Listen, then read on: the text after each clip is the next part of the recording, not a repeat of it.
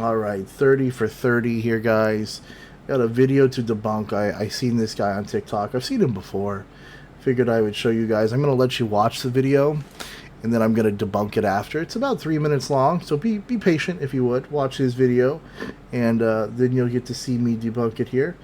But I think you'll like it. So let's get to it. Tell you the Chinese living standard. By talking about average income is meaningless. Like United States Embassy in China, they tell Chinese people average American family they own $1.2 million.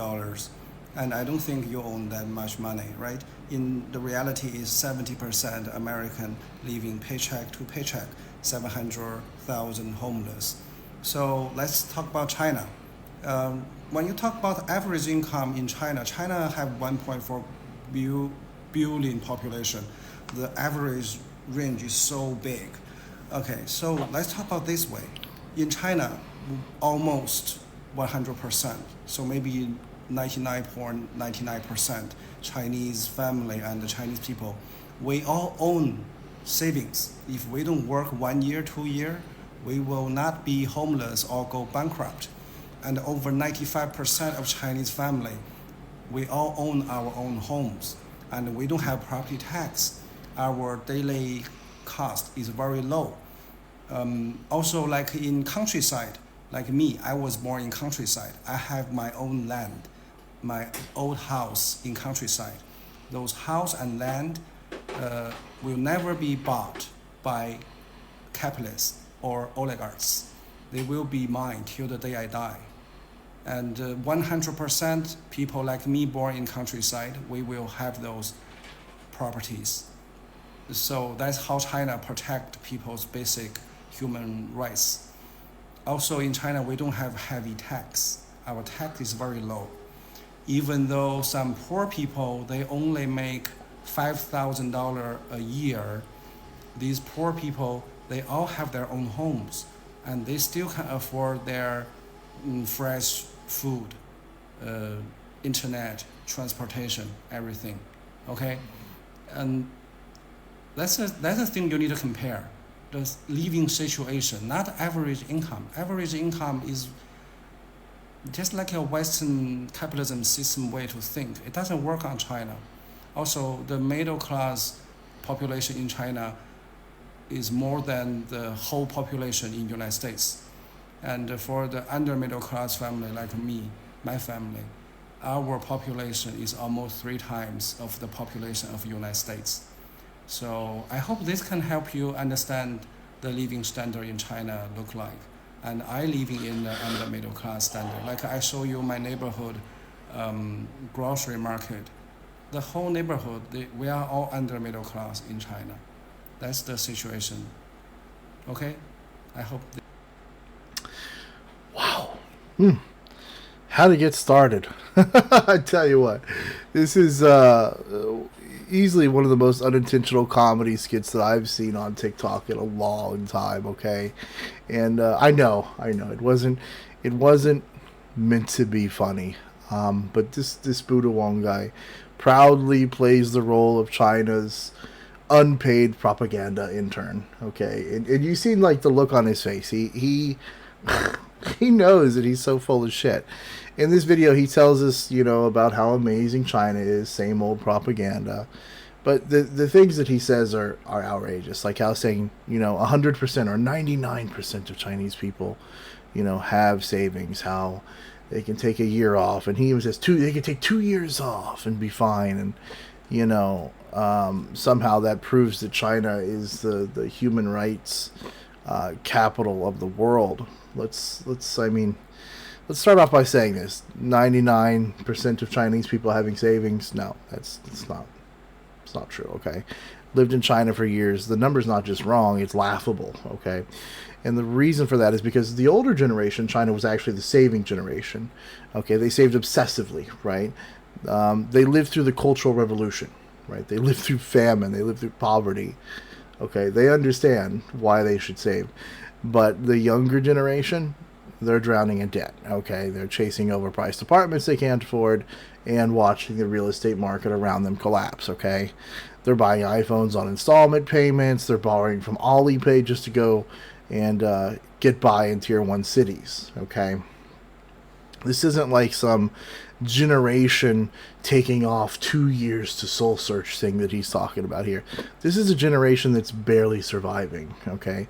They're stuck with shrinking wages, insane rent, and zero safety nets in China. They don't have this unemployment and all this type of stuff like we do here in America and in the Western world, okay?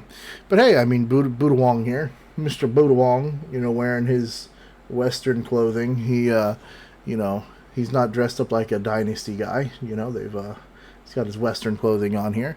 He brags about how, he has his land and his house in his hometown. First of all, that hometown is in the countryside, okay? He even mentions that.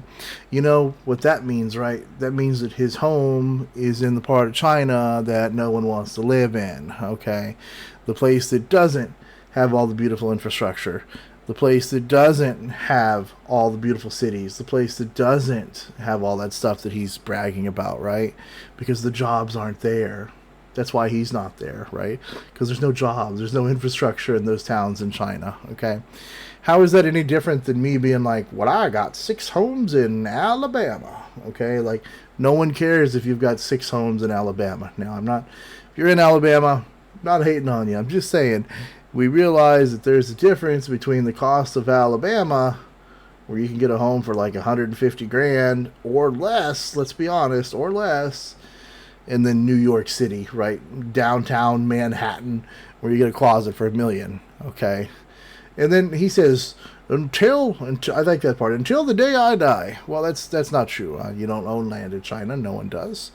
And you lease it from the government. You have 70 years, and then after that, you have to pay the tax. And, that's the thing that we are actually starting to see now, is that a lot of younger Chinese people who inherited their homes from their parents and grandparents are having to pay the land renewal taxes, and they can't afford them, right? These aren't millionaires. These are working class citizens who got a house from their parents, and they're being told that they owe thousands and thousands of dollars to keep living there. So when Buddha Wong says, that's how China protects human rights, I almost like gagged a little, because owning a countryside shack that you can't live in, that the government technically owns, and you have to pay taxes on again just to keep, that's not a human right, okay? That's a trap dressed up in stability. So I don't know what he's talking about there. And then he goes on to say that, like, China doesn't have high taxes. Is he kidding me? Have you ever heard of the VAT, the VAT, the value added tax? China has an insane VAT, okay? The one that jacks up the price of literally everything that Chinese people buy, anything that's worth having. That's part of the reason that a lot of things in China, like vegetables, are so cheap, okay? Because they get all the money from everything else that you want. You want a brand new lap, a MacBook or something? You're paying a VAT on it.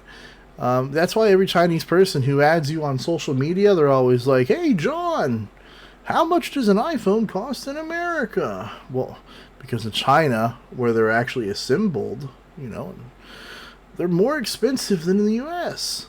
Think about that. They assemble them in China, and they're more expensive there than they are here, okay? It's because the government taxes foreign goods and luxury items like crazy. It's not affordability, that's protectionism, and it's wrapped up in some economic illusion. And then he tries to brush off, income comparisons, because again, that's what this is all about. He knew from the very beginning that there is no answer for the income in China because it's so low, right? But certain cost of certain goods only gets so low. Just because you have a MacBook in China doesn't mean that it's half price. Or a brand new Honda or Toyota, they're not half price in China. Certain goods have to have a certain cost in them because they have a cost to make them. So if you have less income in your country because of that, you're left without. And that's what happens in China. That's why they want to ignore the income. Makes sense, right?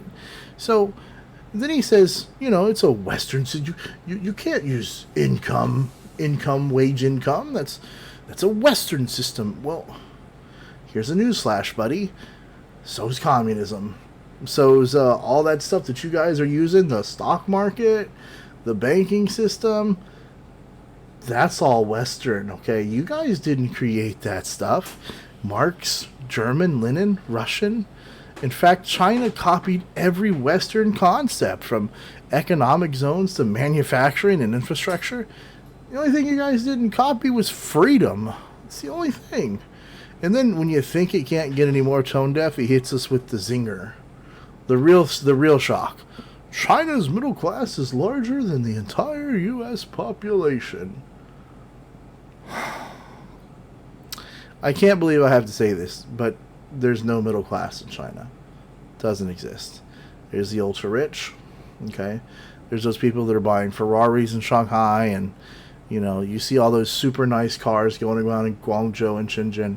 Those are super rich people. They exist in China, okay? But then there's also the working class. You ever heard of 996, 9 a.m., 9 p.m., 6 days a week?